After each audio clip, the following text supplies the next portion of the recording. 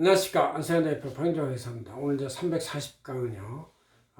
제목이 기업의 부동산 취득할 때 여러 가지 증빙에 대해서 어떤 것이 있나 말하고 있습니다.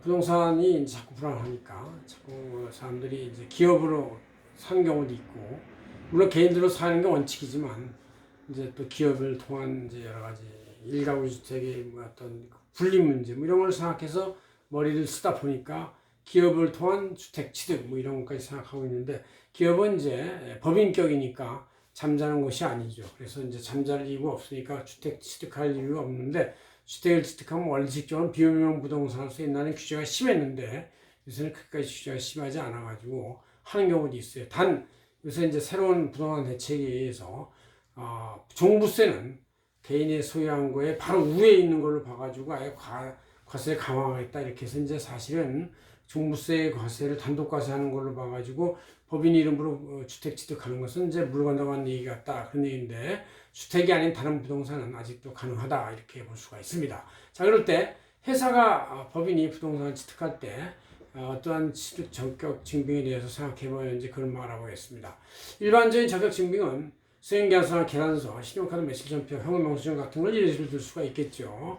그러나 토지의 경우는 부가세 면제 항목으로서 부가세 10%가 없으면 토지는 부가세 10% 붙이면 계속 그 폭증이 되기 때문에 이제 연세 없이 어떤 부가가치를 창출한 지하라기보다는 토지 자체의 존재로서 면제가 된다 그런 얘기죠. 그래서 계약서 등 이런 기증비 불필요하고 매매 계약서에 의해서 등기가 되기 때문에 그냥 등기되는 걸로 충분히 입증이 된다. 그래서 별 수행계약서, 계약서 끊는 문제가 없어도 되겠다 그런 얘기죠.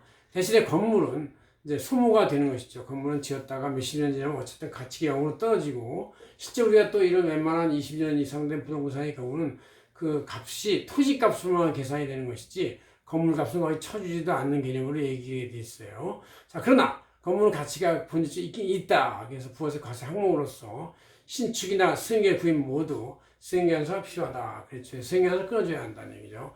그런데 이제 대부분의 부동산은 나대지가 이렇게 아무것도 없이 토지만 있는데, 임야 이런 데는 몰라도 웬만한 건물은 다 거기에 토지가 있고 건물이 이렇게 부속되어 있기 때문에 토지가액하고 건물가액을 안분을 해야 됩니다. 그죠? 합계금액에서 보통 건물 가치가 이제 구성이 되는데, 이거를 이제 구분기재를 아예 계약서에 딱 토지 얼마, 건물 얼마 이렇게 하면 되는데, 대부분의 경우는 얼마 이렇게 해버리죠. 그래서 총 가액에서 이제 불무명한 총 가액에서 토지 공시지가와 건물 공시지가의 10%, 110%를 한 것을 분모를 하고 분자의 토지 공시가를 올려가지고 토지가액 안분 계산하고 나서 난 차액 나머지 금액은 건물 가액이 된다. 이럴 때 건물에 대해서는 이제 부가세 10%를 붙여가지고 서로 수행계약서를 끌어주고 하면 된다. 그렇게 되는 것이죠. 그래서 토지 건물은 두 개로 해서 토지는 따로 안분하고 건물은 따로 계산해서 부가세 10%를 구분을 해서 붙이는 것이 원칙이다. 그래서 수행계약서 주고받는 게 원칙이다. 그런 얘기죠.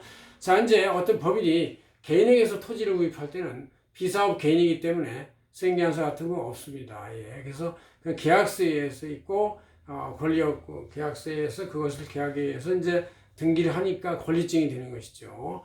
거기에 소급 영수증이 있고 입금표 등이 있을 수가 있습니다. 그 다음에 취득세 납부 영수증 같은 걸로 처리하고 이제 수익과 국가로 이제 취득사에게 가산하면 된다 그런 얘기죠. 중개료가 있는데 중개사나 법무사의 어떤 용역 비용은 수행계약을 받아가지고 취득 부대용으로 이제 가산하면 되겠다 그런 얘기죠. 그래서 우리가 법인이 토지나 건물을 구입할 때 고민해야 할 증빙이나 어떤 가액에 대한 판단은 이와 같은 몇 가지 대여섯 가지를 요약할 수가 있다 이런 얘기죠.